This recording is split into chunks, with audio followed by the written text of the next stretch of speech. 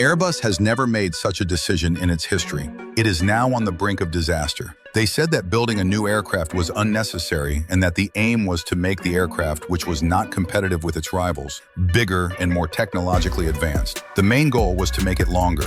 A light bulb went off in your mind 6 years later. You might wonder where this aircraft looks familiar from, and you will see an aircraft that is longer and more stylish than the previous one. In the future, you may see an aircraft that carries 50 more passengers than usual. The name might sound familiar. It's called the A220. Engineers see this plane as one that could put other companies out of business. Here's what's happening behind closed doors at Airbus right now. The A22000s, because when you build a larger aircraft, you're putting your own larger flagship aircraft at risk. And it takes courage to do that. Would you do something like this? By 2050, narrow-body aircraft could be the top choice. Looking back a bit, the success of the A220 aircraft was closely tied to the A220. This success was thanks to that aircraft. Imagine Montreal in 2008. Bombardier, known more for its trains and snowmobiles than its aircraft, announced that it would compete with Boeing and Airbus. We know that all the former employees working at these companies breathed a deep sigh of relief. At that time, the C-Series was like David fighting alone against two Goliaths in the aviation industry. Everyone looked at this aircraft with some caution, and they were right to do so, as it was something that could potentially take the throne. Cost overruns reached billions of dollars. The first customers were hesitant. New companies wanted to compete with the old, powerful companies, and they did compete, but they paid a heavy price for their debts, and now they have learned not to challenge anyone. 8 years ago, something happened.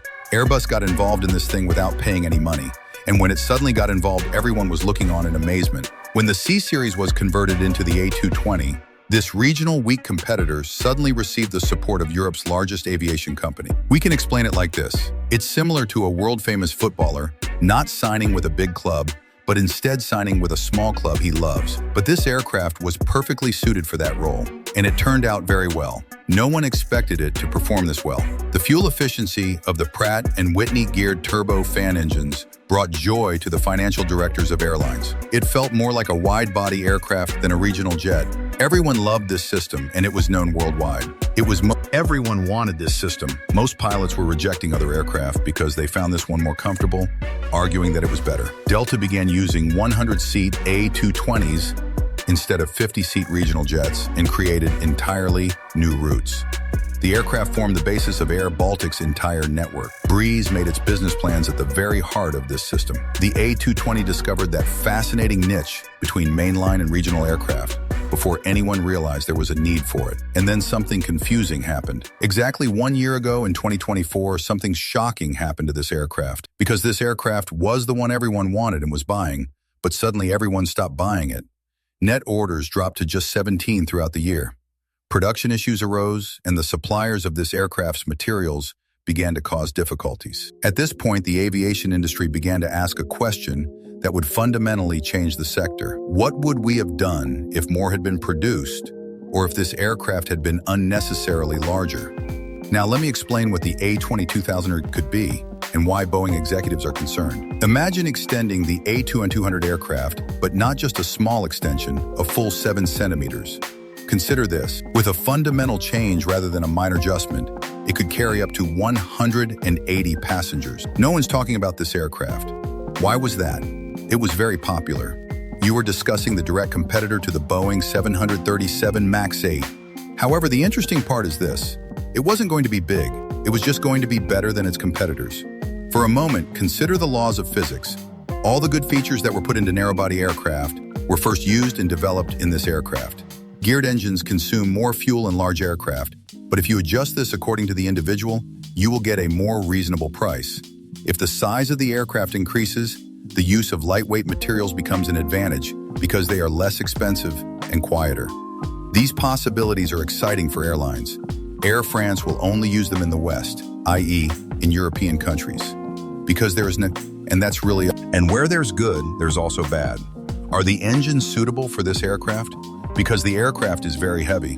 Do those engines have the capability to carry this aircraft? Or will Airbus have to build a completely new power unit that will take years to develop and cost billions of dollars? There are some confusing things about these incidents. Because this company is testing a different aircraft, one with more seats, and will start using it. Why are they doing this now?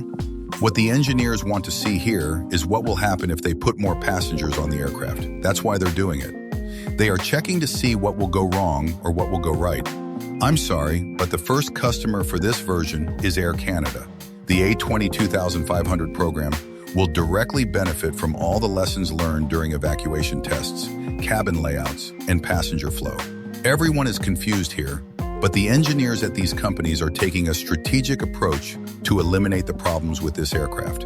At this point, the discussion shifts from engineering to the most competitive game in the aviation industry, corporate poker. An incident occurred at another branch of this company. When everyone started proposing different ideas, a debate erupted within the company. It was difficult to separate the people from one another. On one hand, the A220 team, backed by enthusiastic airlines, argues that an extension is necessary to ensure the program's continuity. On the other hand, the managers of the A320 program are not confident that they will lose their customers to foreign competitors. Do the math, Airbus is making billions of dollars from the A320neo family. This is their mainstay, the rival to the Boeing 737 aircraft. Everything is planned out. Even the aircraft's rivals are planned in advance. Now imagine that the A2100 and 3500 has been launched and has proven everything its supporters have said. It can fly more easily than the A320 aircraft or more comfortably and can change its route, i.e. its destination, more easily than other aircraft. What will happen to the profitable orders placed for A320s?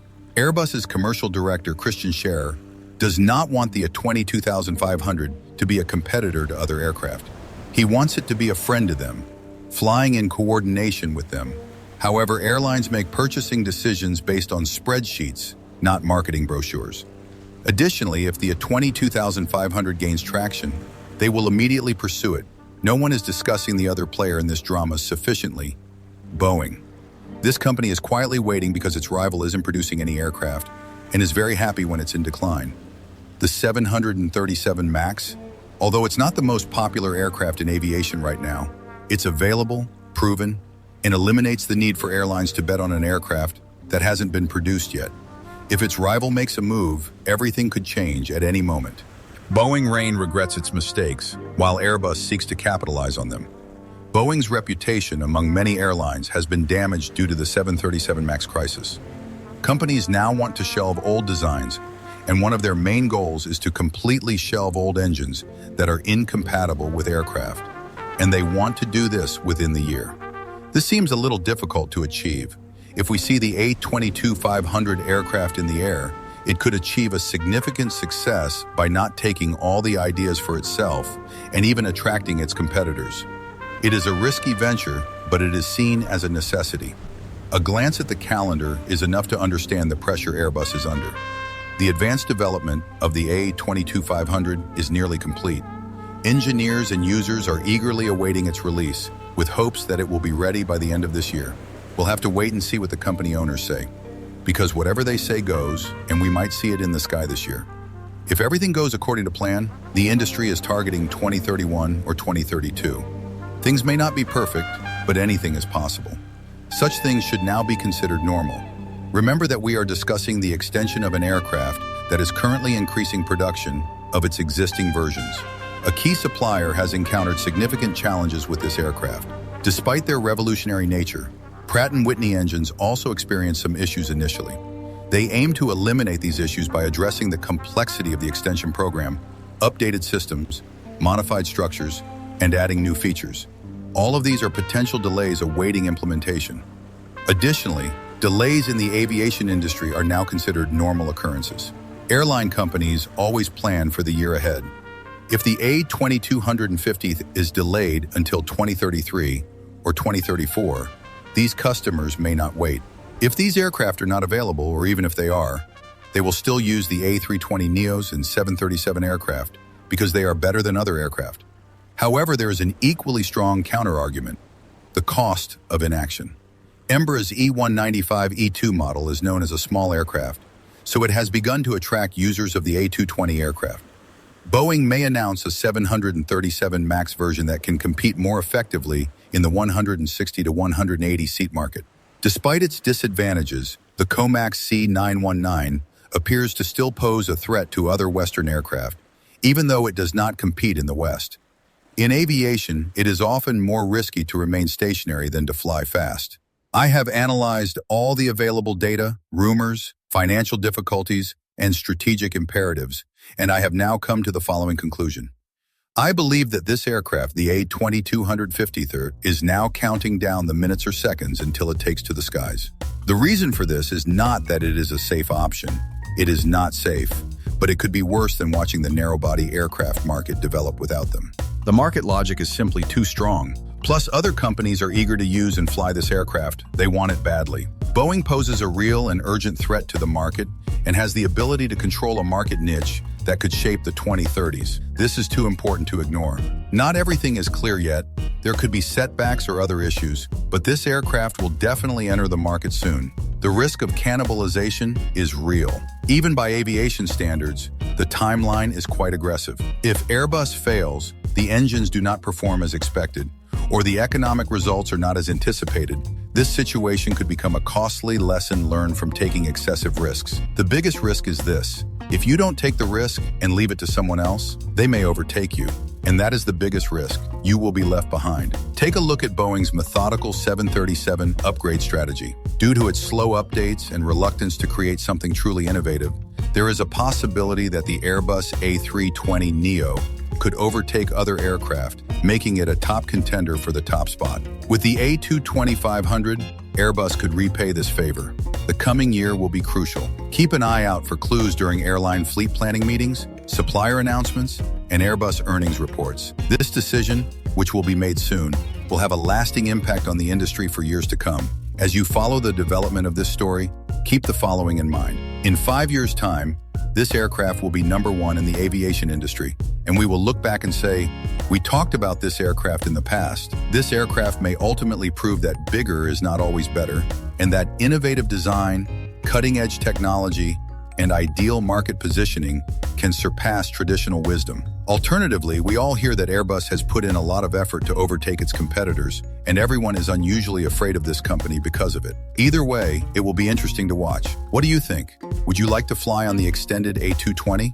Do you think Airbus should take this risk? Or is this too dangerous, even for a company that has gained fame by taking risks? If you have any thoughts on this, let's discuss them in the comments. The A22500 story is not over yet, so if you find stories like this interesting, just like me, follow us by clicking on the red button if you want to hear more about planes like this. You've come to the right place. A new chapter could begin at any moment. When it does, you'll want to discuss in detail what it means for future flights. There won't be a revolution in narrow-body aircraft. Now it's just a matter of determining who will be the king. You decide.